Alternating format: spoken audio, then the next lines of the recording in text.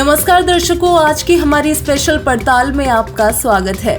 आज हम भारत सरकार द्वारा पारित की गई अग्निपथ योजना के बारे में विस्तार से चर्चा करेंगे और जानेंगे आखिर क्यों हो रहा है इस योजना का देश भर में विरोध। दोस्तों, इन दिनों देश के अलग अलग हिस्सों में अग्निपथ के खिलाफ रोष प्रदर्शन हो रहे हैं। अपने 8 वर्षीय कार्यकाल में सरकार पहली बार देश के युवाओं के लिए रोजगार का अवसर लेकर आई है, परंतु देश का युवा इससे खुश होने और इसकी तैयारी करने की जगह हिंसा और प्रदर्शन पर उतर आया है।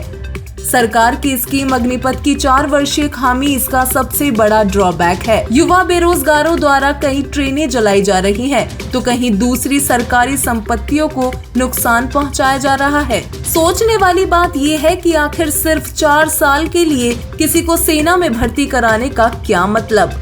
अगर सरकार अपने खर्चे कम करने की सोच रही है तो फिर नेताओं को दिए जाने वाले बेहिसाब आर्थिक भत्तों और सुविधाओं में कटौती क्यों नहीं की जा रही। 14 जून 2022 को सेना में भर्ती के लिए देश के रक्षा मंत्री राजनाथ सिंह ने अग्निपथ नाम की एक नई 4 वर्षीय योजना शुरू करने की घोषणा की, जिसमें 4 साल के लिए सशस्त्र बलों में युवाओं की भर्ती होगी। योजना के तहत चुने गए युवाओं को अग्निवीर कहा जाएगा।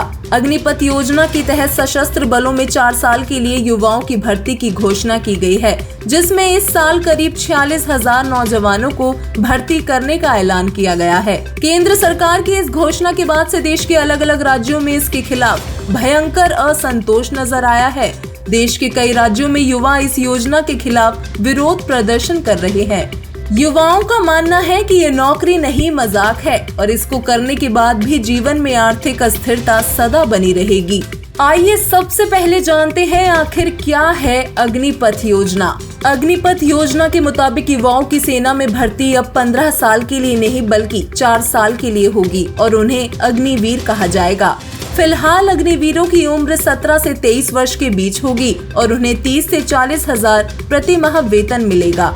योजना के मुताबिक भर्ती हुए 25% युवाओं को सेना में आगे भी मौका मिलेगा और बाकी 75% को नौकरी छोड़नी पड़ेगी। अग्निपथ योजना को रक्षा मंत्री राजनाथ सिंह ने बहुत सकारात्मक पहल बताया है।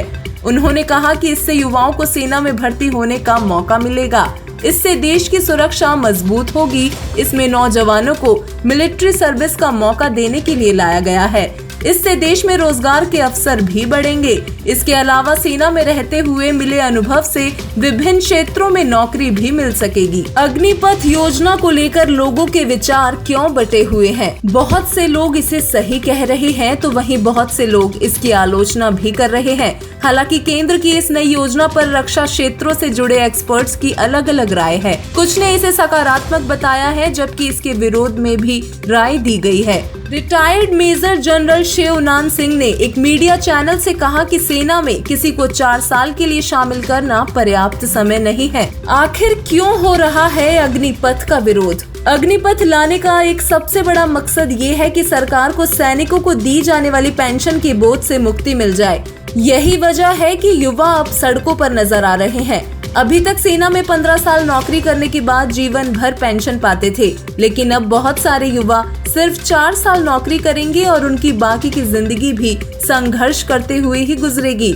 सरकार युवाओं को ये नौकरी देने के साथ साथ उनको मिलने वाली पेंशन व अन्य सुविधाओं को देने से अपना पल्ला भी झाड़ रही है। इसकी वजह से युवा नाराज हो गए हैं, जबकि सेना पर होने वाले खर्च में कटौती करने की बजाय मोदी सरकार नेताओं पर खर्चे घटा सकती है। नेताओं को दिए जाने वाले तमाम भत्ते और सुविधाओं में कटौती करनी चाहिए और हो सके तो नेताओं की पेंशन और सेवा काल भी 4 साल तक सीमित कर देना चाहिए। रेलवे और सार्वजनिक संपत्ति को पहुंचाया जा रहा है भारी नुकसान। सरकार की अग्निपथ योजना के विरोध में देश भर में माहौल गरमाया हुआ है। वाराणसी समेत पूर्वांचल के कई जिलों में युवा सड़क पर उतर आए हैं। कई जगहों से तोड़फोड़, पथराव और आगजनी की खबरें भी आ रही है। बनारस से लेकर बलिया तक जबरदस्त हंगामा हो रहा है। वाराणसी कैंट स्टेशन के प्लेटफॉर्म नंबर 10 के पास आगजनी के बाद कई दर्जन युवाओं को हिरासत में भी लिया गया है। अग्निपथ के खिलाफ प्रदर्शन की वजह से अब तक 200 से ज्यादा ट्रेनें बाधित हो चुकी हैं, तो वहीं 35 ट्रेनें कैंसिल हो चुकी हैं। इसके अलावा 13 ट्रेन को कम दूरी पर ही खत्म कर दिया गया है। बिहार के कई विस्तारों में हंगामे के चलते धारा 144 को लागू कर दिया गया है। एक अनुमान के मुताबिक रेलवे को अब तक 40 करोड़ रुपए का नुकसान हो चुका है। सरकार तक अपनी बात पहुंचाने के लिए युवाओं ने जो हिंसक आंदोलन का रास्ता अपनाया है, क्या वो नौकरी पाने की दिशा में उठाया सही कदम कहा जा सकता है? हमारा जवाब है हरगिज नहीं। दोस्तों, भारत का संविधान हमें विरोध करने का हक अवश्य देता है, किंतु इसके साथ ही कानून के दायरे और मर्यादाओं में भी रहना सिखाता है। भारतीय संविधान केवल शांति और अहिंसा से युक्त विरोध करने की ही अनुमति देश की जनता को देता है। हिंसा से जुड़ी कोई भी चीज मानव समाज के लिए अशांति और पतन का कारण होती है।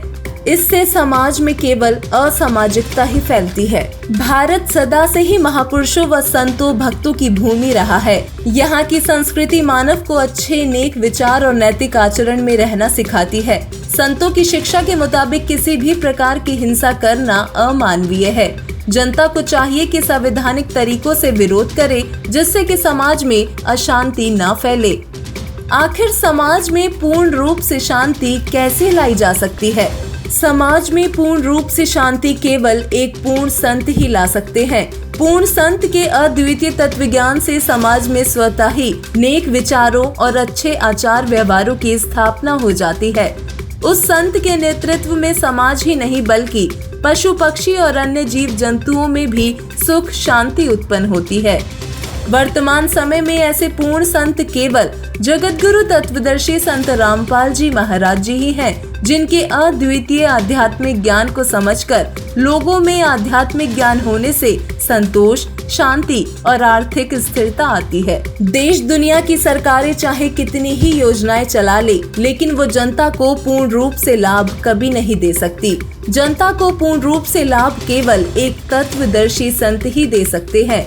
तत्वदर्शी संत की शरण में आने वाले साधक को मानसिक, शारीरिक, आर्थिक, भौतिक और आध्यात्मिक लाभों से माला माल कर देते हैं। यहाँ सभी नेता, राजनेता, राजनीतिक पार्टियां और सरकारें अपना लाभ पहले देखती हैं, परंतु केवल एक परम संत ही पूरे संसार को सभी तरह के लाभ देने में समर्थ होता है। इस वीडियो को देखने वाले सभी युवा देशवासियों से प्रार्थना है कि कृपया करके सद्भक्ति के मार्ग को अपनाएं, जो आपकी रोजी और रोटी दोनों की चिंता को हमेशा के लिए हल कर सकता है।